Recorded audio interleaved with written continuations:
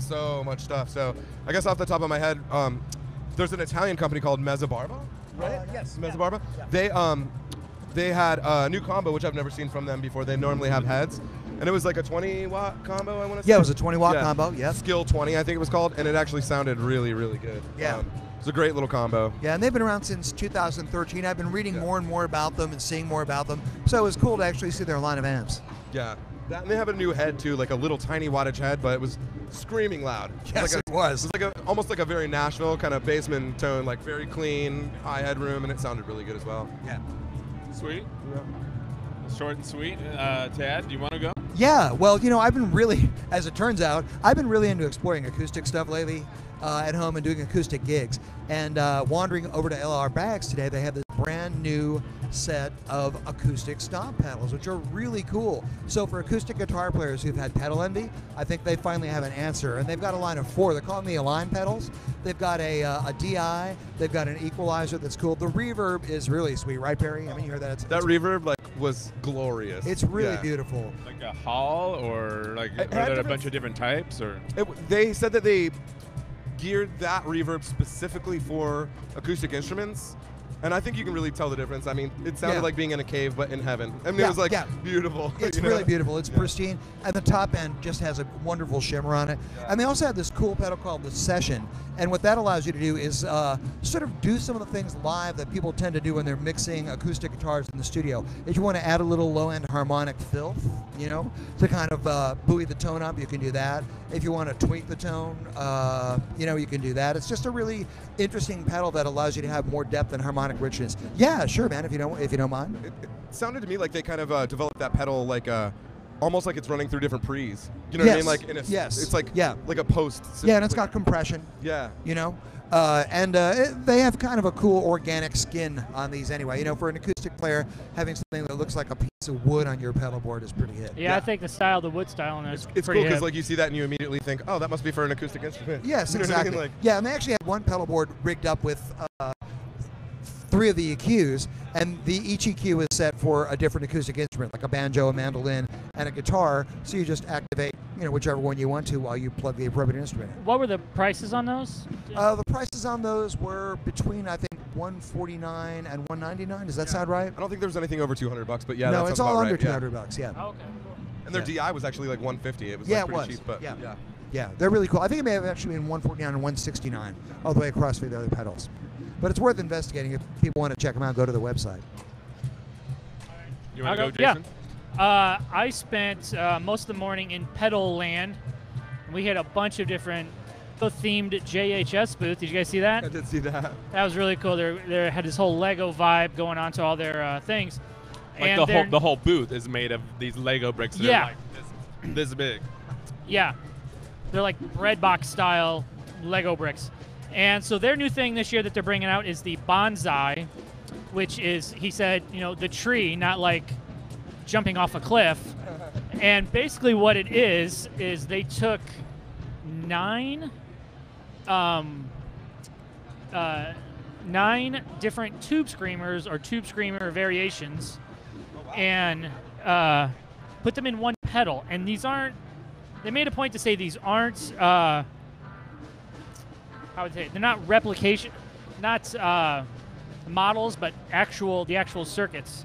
But it's the only thing that's digital is the switch that goes between them, and it starts kind of in chronological order with the Boss OD1. Oh, that's cool.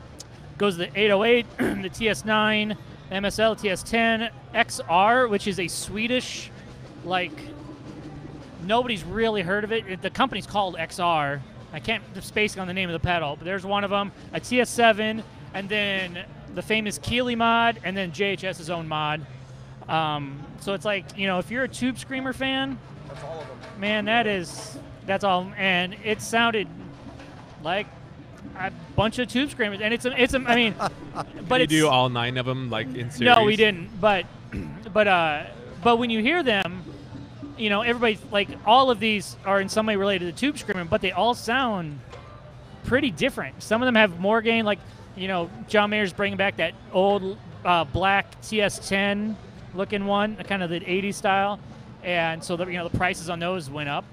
And that one has less gain, but it's louder. And then this, so each one they did a pretty good job of capturing the quirks of kind of each one.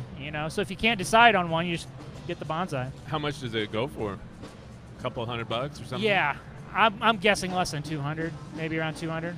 But I mean, I remember when he told me the price, it wasn't like, whoa, it seemed, especially for like nine pedals, So when I was cruising around, there's a whole like compound area enclosed with a lot of international like high-end, like almost like fine art luthiers, but they're still like real bona fide guitars. And I didn't even get to hear them. I mean, you just look at them and like that they're gonna sound amazing. But I'll just show you guys some pictures. This one, I think it's from. Hold on, let me wipe out in front of the camera. This guy, like, Sankey guitars from Ottawa, Canada. It's such a weird shape. I mean, I think it speaks for itself. Let's see, another guy called Oni Guitars from Australia. This one is called the Reclining Nude. Pretty rad. One other one I'll show you. This guy, he's in New Zealand. Maxwell Custom Guitars. His first NAMM, Glenn Maxwell was his name. I just barely met him a few minutes ago. And he had this crazy acoustic. I'll show these guys first. And if you look at the sides, like the seams, there are little, very thin ports that are essentially the sound holes. I'll show you the side a little close up. I don't know if you guys can see that. But instead of like a side big hole port or whatever, they're just little tiny like channels carved in it. Wow. Weird. So super cool stuff. So is the whole top carved? Yeah, it's not like bent wood, it's carved. It's carved out of a solid. That's wild. They're all obviously like several $1,000s, as they should be, because they're like meticulous works of art that would take like countless hours to build. But cool stuff. Is it just me, or are you guys seeing a ton of head stockless guitars? Like, I feel like right now, I guess. Yeah, we saw a lot of them at Kiesel yesterday. Yeah, a like ton. A lot of, and it's not just like metal guitar manufacturers making them. I've seen like kind of a lot of them with different tuning kind of stuff, like, right, yeah. and some jazz guitars are specifically designed with headstock now, so that's interesting too. Anybody else got any picks for the day, or did we have were we being discriminating in our taste? I think we are being a little discriminating today, but those, I mean, to me, the Bags Align series cool. of pedals and I just checked my notes, actually, it's $159 for the DI, $169 for the other pedals. Yeah. So they're all pretty affordable too. I have one more. You have one more, Jason? I have one more. So I went, again, I was in pedals all day. Alexander Pedals, and I'm not sure, there's no way I'm going to do justice to describe what this thing does, but it's called the Color Theory. And I guess we could say it's a sequencer. And, Matthew in the video, he did a great job of kind of all these different, I mean, it makes anything from bleeps and blops to any kind of choppy, smooth tremolo you might want. You can like hook up the other pedals in the series via MIDI and have them control each other. There's an iPad app that goes with it. You can get templates. I mean, like after he went through his whole spiel, I was like, it's pretty unbelievable that you packed everything you just spent the last 10 minutes talking about into this little pedal. I mean, everything on this pedal has multiple functions. He's like a weird genius. Like every one of his pedals has secret functions. And I know. Every time I do a video with him, I feel not very smart. I know. Afterward. It makes me feel really dumb. And then so he gets through like his whole spiel, and he's like, "Oh wait, but here's the secret mode," and he goes 3 menus deep, and it's. You're like, if you click this 6 times. If menus don't give you anxiety, then it's this worth checking out. But I could totally see somebody just like having an anxiety attack take a Xanax first. Yeah, exactly. But that was pretty good. That was pretty good. Speaking of anxiety, I did see one other thing today I should probably mention because everyone's gonna freak when they find out about it. But like, everybody loves the H9, and Eventide makes some incredible stuff. But for me, it's like I don't think I personally have time to like dive into that sort of thing.